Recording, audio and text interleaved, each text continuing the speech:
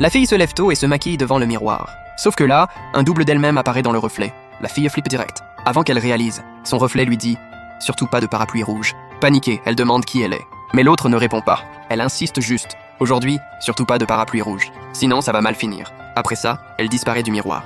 La fille s'approche, curieuse. Le miroir est vide maintenant. Du coup, elle se dit rien. Elle pense que c'était une hallucination. Elle file au boulot direct. Mais le soir, en sortant du bureau, elle se rend compte qu'il pleut des cordes. Elle se demande comment rentrer. C'est là que son chef s'approche. Il voit qu'elle n'a pas de parapluie et lui tend son parapluie rouge. En voyant ça, la fille est choquée.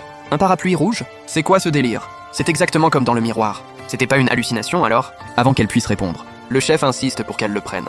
Mais elle refuse toujours. Le chef dit qu'elle le méprise ou quoi. La fille nie poliment direct. Mais le chef continue de la forcer à prendre le parapluie. Il pleut grave dehors. Si elle rentre sous la pluie, elle va tomber malade. Mais la fille se dit qu'il vaut mieux éviter les emmerdes. Au pire, elle attrape un rhume.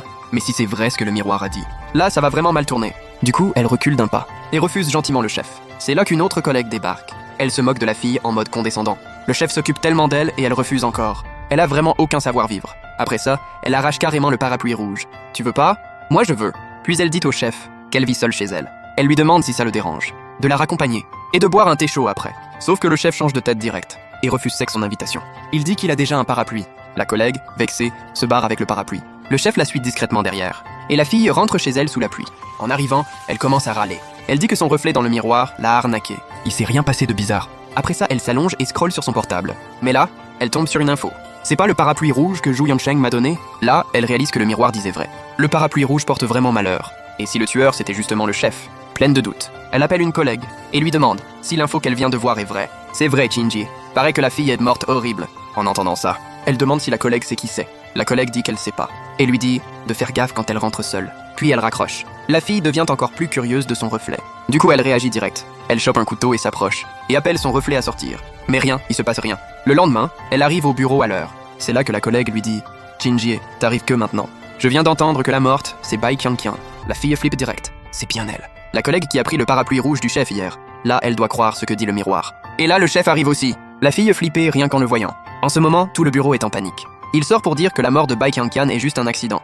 Laissez les autorités gérer. Ça vous concerne pas. Pas la peine de s'inquiéter. Retournez à vos postes. Il retourne à son bureau après ça. Mais la fille pense que le tueur c'est peut-être lui. Pour comprendre ce qui se passe vraiment, elle décide de rentrer ce soir et de demander à son reflet. Mais il apparaît toujours pas. Mais juste avant qu'elle se lave, son reflet réapparaît dans le miroir et lui dit que demain soir, il faut pas t'accroupir au pont Shiding, sinon ça va mal tourner. T'es qui?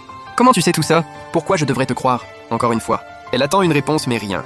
Le reflet disparaît encore. Mais vu que la première fois c'était vrai, elle n'a plus le choix, elle doit y croire. Mais en ce moment, au bureau c'est les heures sup. En général ça finit après 22h. Du coup, elle pense qu'elle rentrera pas avant 22h demain. Donc elle stresse pas trop.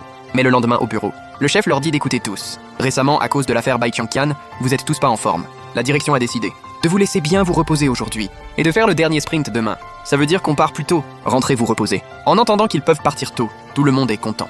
Mais la fille commence à réfléchir. D'habitude, ils font des heures sup jusqu'après 22h. Pourquoi aujourd'hui c'est différent? C'est quoi ce délire? Peu après, tous les collègues sont partis. Il reste que la fille, pour pas rentrer tôt. Elle reste au bureau pour bosser. Mais le chef remarque son comportement bizarre. Il s'approche et lui demande pourquoi elle est pas partie. T'es pas encore rentrée? Ah, je suis pas fatigué aujourd'hui. Je veux avancer sur le projet. Tout le monde est parti. Faut pas bosser maintenant. Le surinvestissement, c'est pas bon pour la cohésion d'équipe. En entendant ça, la fille commence à le suspecter. Elle se dit qu'en tant que chef, il devrait être content qu'un subordonné veut faire des heures sup. Mais là, il insiste pour qu'elle rentre. Y a un truc louche? Écoute-moi bien. Rentre tôt. Quand elle voit son expression flippante, elle ose plus rester. Elle se barre du bureau direct. Mais une fois dehors, elle voit qu'il est pas encore 22h. Du coup, elle traîne dehors. Puis elle va dans une supérette manger un truc. It's Crawler. Sauf que son téléphone se décharge et s'éteint. Du coup, elle regarde l'horloge à côté. Il est déjà plus de 22h. Elle décide de rentrer tranquille. Mais juste après qu'elle parte, le vendeur se rend compte que l'heure sur l'horloge est fausse. Il la remet à l'heure. Et là, il est même pas encore 22h. Et la fille est déjà presque devant chez elle.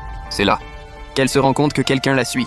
Elle sent le truc bizarre. Elle prend même pas l'ascenseur. Elle monte par les escaliers. Mais le tueur la poursuit sans relâche. Ouvre vite!